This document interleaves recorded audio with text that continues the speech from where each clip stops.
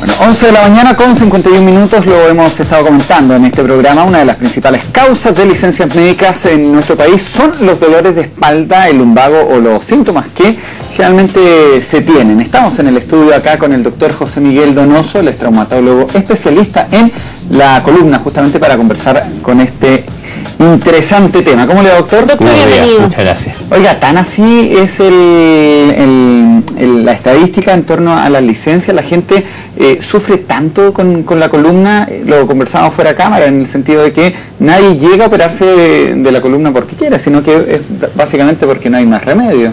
O sea, para ponerlo en estadística y un poquito cómo es el tema, al año al 5% de la población en el mundo le va a dar un dolor lumbar.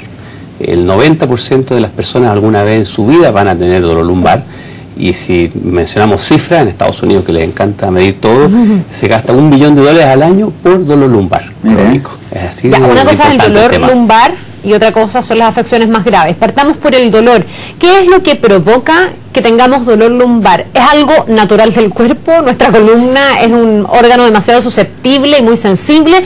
¿O también nosotros hacemos cosas que hacen que efectivamente afectemos la columna? Es una combinación de cosas, ¿eh?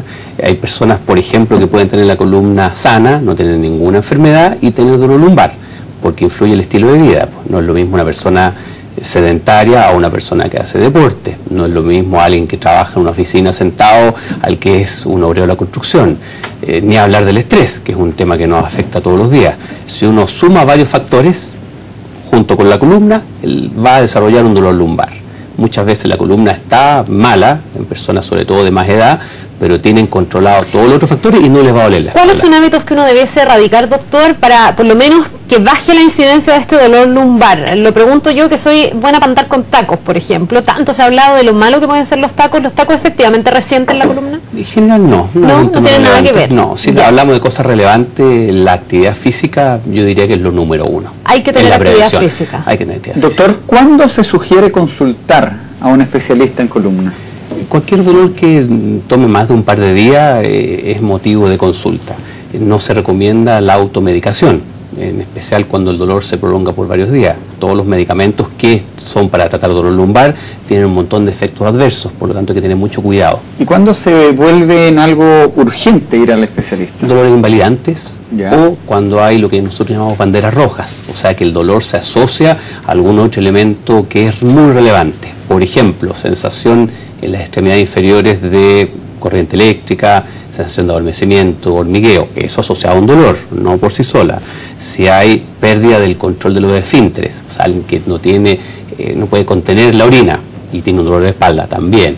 Si se asocia a un cuadro de fiebre, también es otra bandera roja, también es un motivo de consulta. Ya, cuando uno ya va a la consulta con estos síntomas que son un poco más graves, ¿cuánta de esa gente efectivamente termina operándose, doctor? Porque me imagino que uno se resiste lo más posible a llegar a la operación. Y yo le preguntaba fuera de cámara, le decía, ¿por qué yo conozco casos de gente que se ha operado de la columna y queda mal? Cuando usted me dice que la tasa de éxito es súper alta, usted me dice generalmente porque ha sido mal indicada esa operación en la columna. Entonces, ¿cómo llegar a tener una operación en la columna que sea bien indicada y que en el fondo estemos seguros de que efectivamente es la solución a nuestro problema? Lo que pasa es que el concepto general, y eso es lo más importante, pienso yo, las enfermedades de la columna, dolor lumbar es lo más conocido, es una enfermedad de tratamiento médico, no es una enfermedad de tratamiento quirúrgico. Si uno hace un buen tratamiento médico de la espalda, los resultados son muy exitosos. Y tratamiento médico no es un medicamento solamente. En general, los que nos dedicamos a la columna en forma seria, trabajamos en un equipo multidisciplinario, no es solamente el cirujano de columna.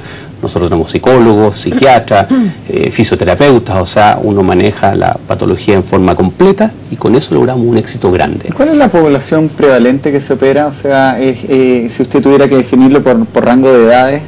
Hay dos pics importantes de edad. A los 40, y ahí el diagnóstico más común es la hernia de la columna, y en pacientes de más edad por desgaste, por una artrosis importante, y esos dos grupos son los que más frecuentemente operamos. ¿Qué es una hernia, doctor? Hernia es una enfermedad del disco de la columna. El disco es una estructura blanda que soporta peso.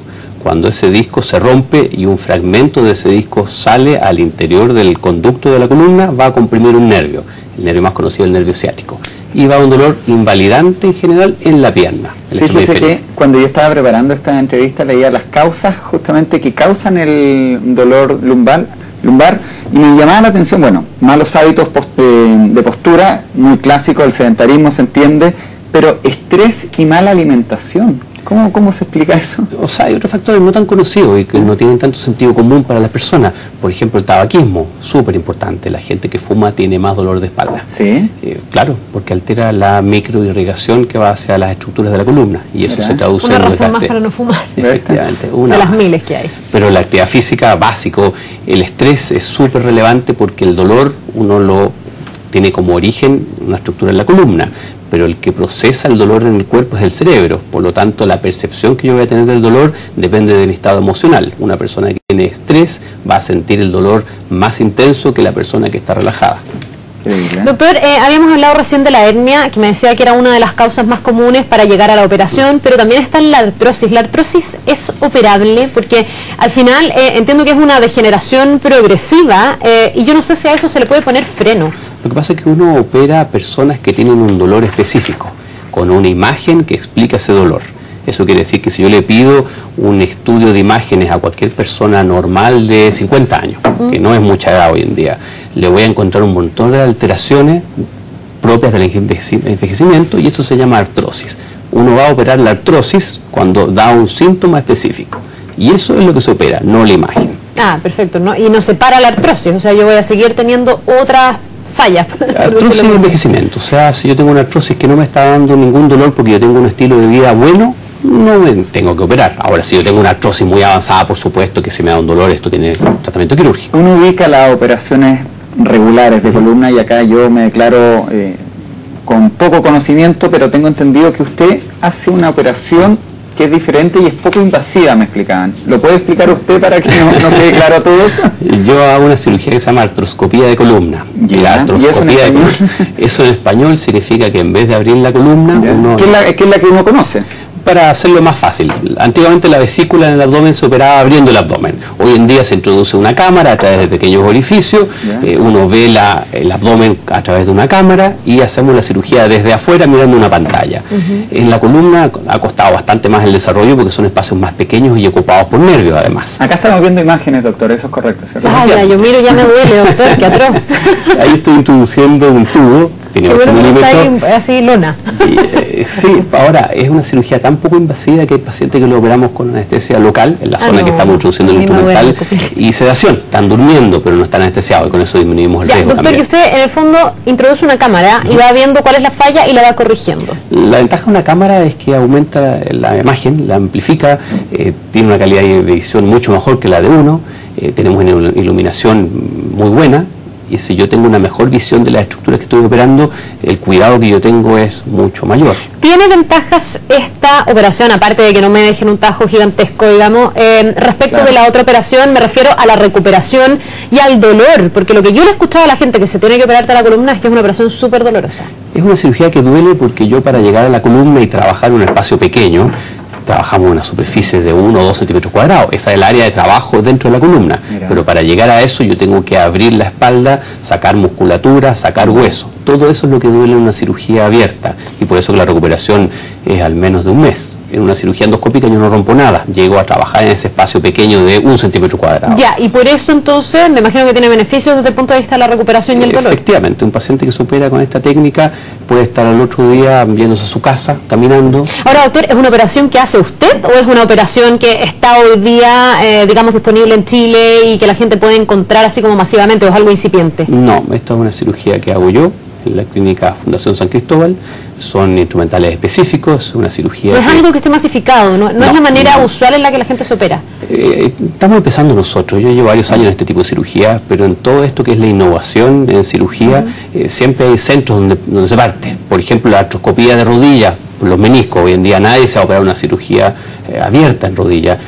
Pero hace 20 años atrás no lo hacía nadie. Siempre hay personas que somos pioneros en el desarrollo de una técnica y después se va masificando. ¿Cuál es el porcentaje de personas que resultan con éxito de esta operación? O la tasa de éxito. La tasa de éxito es equivalente a la cirugía abierta. Estamos hablando de 92 o 93% de éxito. ¿Y por qué no podría ser exitosa esta cirugía de este tipo? La verdad es que las complicaciones existen, y cuando hablamos de 93% es la persona que digo excelente. Hay personas que quedan con alguna molestia, y esa persona no se considera como de éxito, sino que se considera una evolución buena o regular. La tasa de éxito que uno habla es un término médico. La persona excelente que dice yo estoy súper bien, no tengo nada, es el 93%. Pero hay personas que dicen no, es que me queda todavía un poquito de molestia en la espalda, un poquito de molestia en la pierna.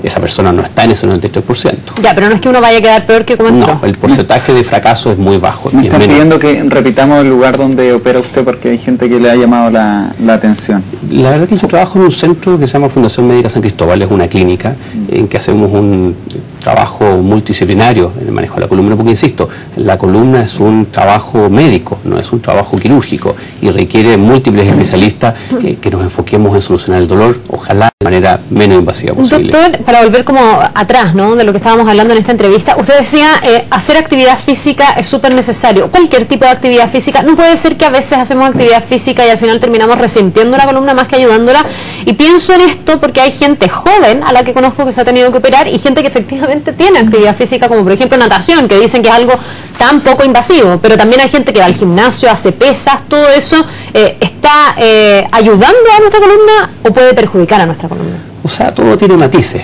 Evidentemente que si hablamos en general, hacer actividad física siempre va a tener más beneficios que problemas. Ahora, evidentemente, si yo tengo una persona que la operé de la columna, no la voy a mandar a hacer rugby. O sea, tiene que hacer una actividad física adecuada para su edad, adecuada para su condición física, adecuada para su... ¿Y las pesas, doctor, en el gimnasio? Yo soy bien práctico, yo creo que las cosas cuando uno las hace en forma seria, las puede hacer. Si una persona que no está capacitada se va a un gimnasio, no le da una pauta de ejercicio y lo hace mal, se va a lesionar. Y lo mismo que se va a lesionar en el fútbol, o haciendo yoga, o haciendo baile. Uno se lesiona porque hace las cosas en forma inadecuada. Es que ahí volvemos al tema que con el cual yo comenzaba la entrevista, la cantidad de licencias médicas por enfermedades o dolores a la columna. Es impresionante, uno la revisa y es mucha gente, junto con las enfermedades, tú decías, psiquiátricas, que tienen que dejar de ir a trabajar justamente por... lo cual se desprende también, doctor, de un desconocimiento de la salud del cuerpo, o sea, de no fortalecer la musculatura de la espalda, de no trabajarla bien, de sentarse mal, de alimentarse mal, y todo eso conlleva a que uno termine enfermo en la espalda. O sea, si nos basamos solo en estadística, hay países en que el dolor lumbar es la causa número 1 de ausentismo laboral. Así de importante es el tema. ¿Sí? Y eso se relaciona mucho, y volvemos a lo mismo con el estilo de vida. Si una persona está muy estresada, está más propensa a tener dolor de espalda. Nos vamos a sentar bien. Oiga, doctor, y tengo la sensación, y ya para cerrar, que esto mismo ha ido repercutiendo en que cada día más gente joven tenga problemas a la columna. Como que antes era más normal y era más asociado como a la vejez, el que la gente tuviera problemas de la espalda y de la columna, pero ahora conozco gente muy joven que tengo un lumbago, que no puedo más, que me duele. Eso tiene que ver también con la vida moderna y con el estrés actual, ¿no? De esta vida, entre comillas, moderna, en que se trabaja mucho, en que los trayectos, sobre todo en estas ciudades grandes, son 2 y 3 horas arriba de algún vehículo, en que estamos todo el día sentados, no tenemos tiempo para hacer deporte, estamos estresados, y eso empieza a afectar a la persona desde la etapa escolar. Incluso los niveles de exigencia son tremendos, por eso es que uno ve mucho escolar con dolor de espalda, por ejemplo. Doctor José Miguel Donoso, yo le quiero dar las gracias por este tiempo acá en Canal 24 Horas. Que le vaya muy bien y que tenga muy buen día. Ojalá que nunca tenga que ir a ver. Ojalá. Que mi columna se mantenga ahí perfecta. Ya, pues, si te cuidas. Que vaya muy bien. Muchas gracias.